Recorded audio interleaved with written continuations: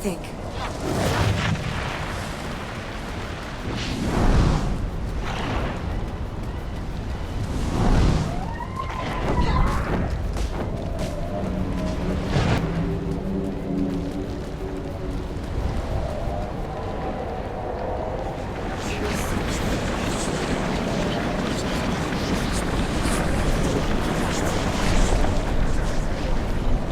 She is here. Be ready. So you followed me here. You are stubborn, but you should never have come. I have restored the You call them Archons? Their fire is No, they are not as they were. But they are bound. The Archons are not all that has returned. Even the one of her mother's gods. She's called it back to life.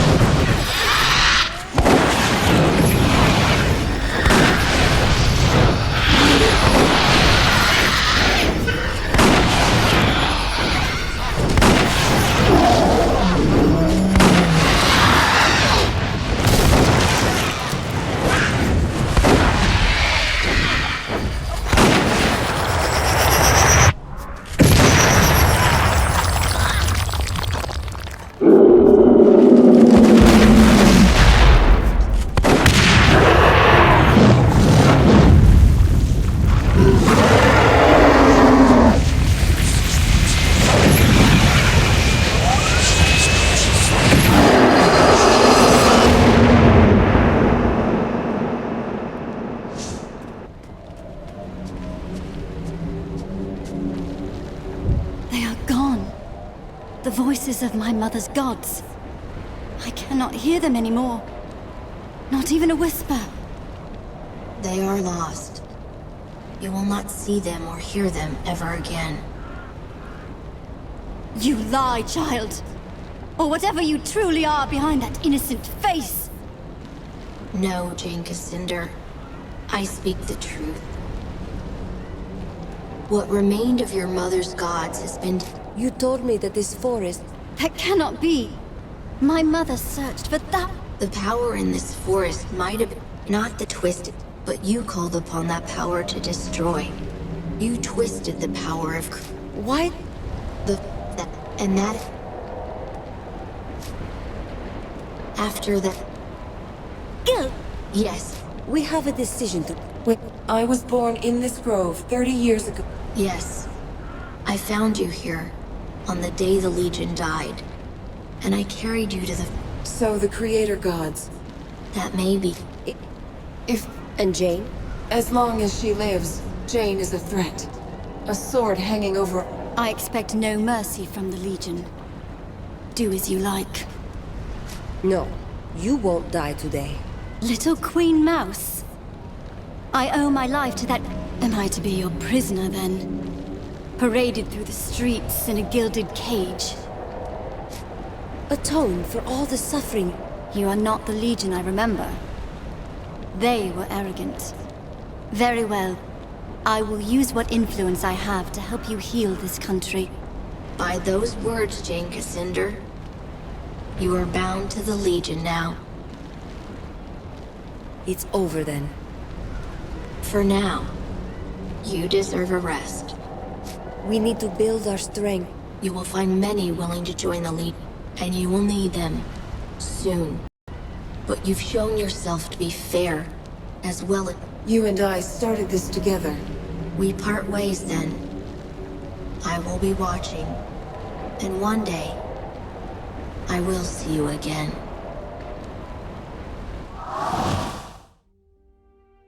You bid farewell to the Radiant Youth, and he sent you back to our chapter house in Stonebridge, where I awaited your return. In the weeks that followed, news spread of Jane Cassander's defeat.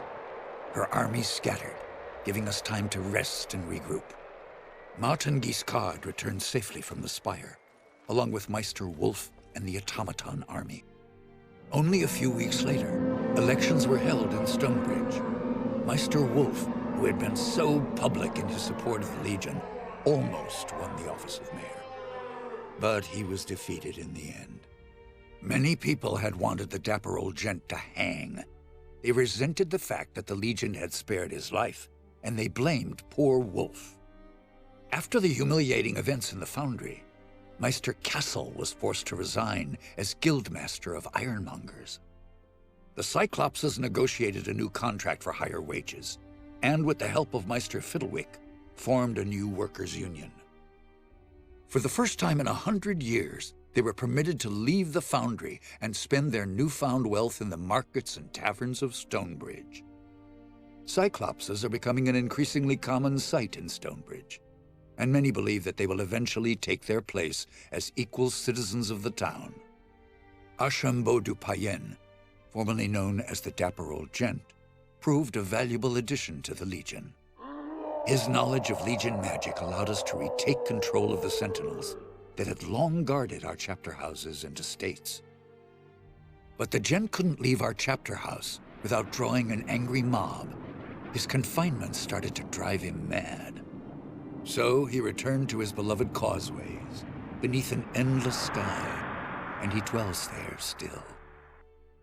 With the reopening of the Heroes' Crypt, pilgrims returned to the Rukenval, and merchants followed. The following winter was harsh, just as Lazar Basili feared. But thanks to the trade from the south, the people of Ravensrill stayed warm and fed. When spring came, many more pilgrims arrived, and the town of Ravensrill grew wealthy again. Lazar and his people built a new stone wall around the town, and reclaimed their abandoned houses and farmsteads from the forest. It is a happy change of fortune for a long-suffering town. In his last letter to me, Lazar added one other piece of news. Gunderic Manor has a new mistress, a witch called Leona. The manor has become a gathering place for scores of Lescanzi witches, many of whom are apparently quite beautiful. Lazar reports that the young men of Raven's Rill have also begun frequenting the manor, much to the irritation of their mothers and wives. Since the local men will not hear any talk of banishing the witches, it appears that Leona and her people have found a new home, which was perhaps what she intended from the start. Queen Rosalind abandoned Glitterdelve, embarking on a tour of all the cities and towns of the West, meeting as many of her subjects as she could. The Queen showed all the energy of youth, and I think she fully expects to reunite the country in a matter of months, not years. Reality may not be so kind as Lord Devonsey has tried to make her understand. In truth, the future of this country depends more upon what we decide. If she doesn't have the Legion behind her, the Queen is only a single voice, well-meaning though she might be. As for Devonsey himself, I think the man was impressed by your decision to spare Jane Cassinder, as the Queen had asked. When he last visited Stonebridge, he spent a great deal of time in our chapter house. I believe he might actually be willing to rejoin our ranks, if we choose to accept him. Rajani and her sisters returned to Stonebridge, quietly and carefully disguised. Jane Cassinder's defeat affected them deeply, though not in the way I expected. Their devotion to Jane was replaced by a deep admiration for your companion, Anjali. I think they saw in Anjali the leader they should have followed all along, and they have lately expressed a desire to join our ranks. I maintain my suspicion of any Archon who once followed Jane, but I believe that redemption is not impossible, even for them. Jane Cassinder was as good as her word, though I had my doubts at first. She returned to the cities and towns of the East and urged the people to end their war with the Legion and the Crown. Jane's repentance was heartfelt, and many were swayed by her words. But others have not been so compliant. The Church Synod in Bisselberg, who once called Jane a saint, have declared her apostate and threatened her life. Though Jane refuses bodyguards of any kind, Queen Rosalind fears for her life. And if anything befalls her, our gains in the East may yet be lost. As for the Legion, the rest of our story is yet to be told. We have a nation to reforge, a fellowship to rebuild, and old enemies who would see us destroyed. And we have questions to decide. Who will assume true power in Ebb if the nation is restored? And who will take the mantle of Grand Master? But these matters I leave for another chronicle, and another time. Whatever happens, know that you will not face the future alone. The Legion will stand by you, always.